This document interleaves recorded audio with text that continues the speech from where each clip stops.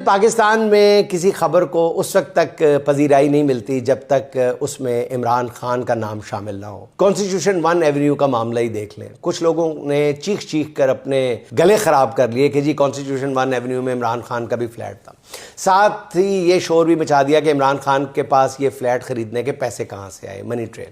یعنی عمران خان جنہوں نے زندگی بھر کرکٹ کمنٹری اور اشتہارات سے بے شمار پیسے کمائے، ان سے پوچھا جا رہا ہے کہ تم نے یہ فلیٹ کیسے خریدا، تمہارے پاس رقم کہاں سے آئی۔ دوسری طرف ایک اخبار نویس ہیں جنہوں نے فلیٹ کے لیے 2015 میں ڈاؤن پیمنٹ کی، پھر 2022 میں باقی رقم ادا کی اور فلیٹ کے مالک بن گئے۔ کوئی ان سے یہ نہیں پوچھتا کہ اگر آپ نے قسطوں میں فلیٹ خریدا تو 2015 کے بعد 7 سال تک آپ نے قسط کیوں نہیں ادا کی۔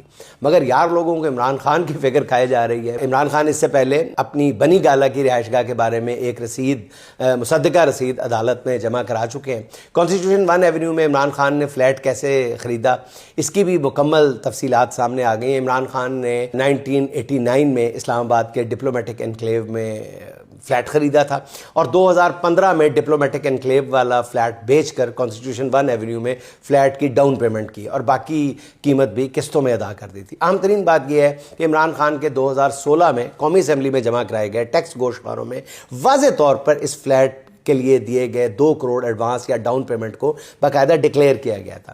عمران خان نے غالباً 2017 میں یہ فلیٹ پھر فروخت بھی کر دیا تھا۔ سی ڈی اے کے ریکارڈ کے مطابق 1 کانسٹیٹیوشن عمارت میں عمران خان کا جو والا فلیٹ ہے وہ اب شاہد نصیر نامی شخص کی ملکیت ہے۔ عمران خان اب اس فلیٹ کے مالک نہیں ہیں۔ بدقسمتی سے عمران خان پر انگلیاں وہ اٹھاتے ہیں جن کے اپنے دامن ہر طرح کی کرپشن سے آلودہ ہوتے ہیں۔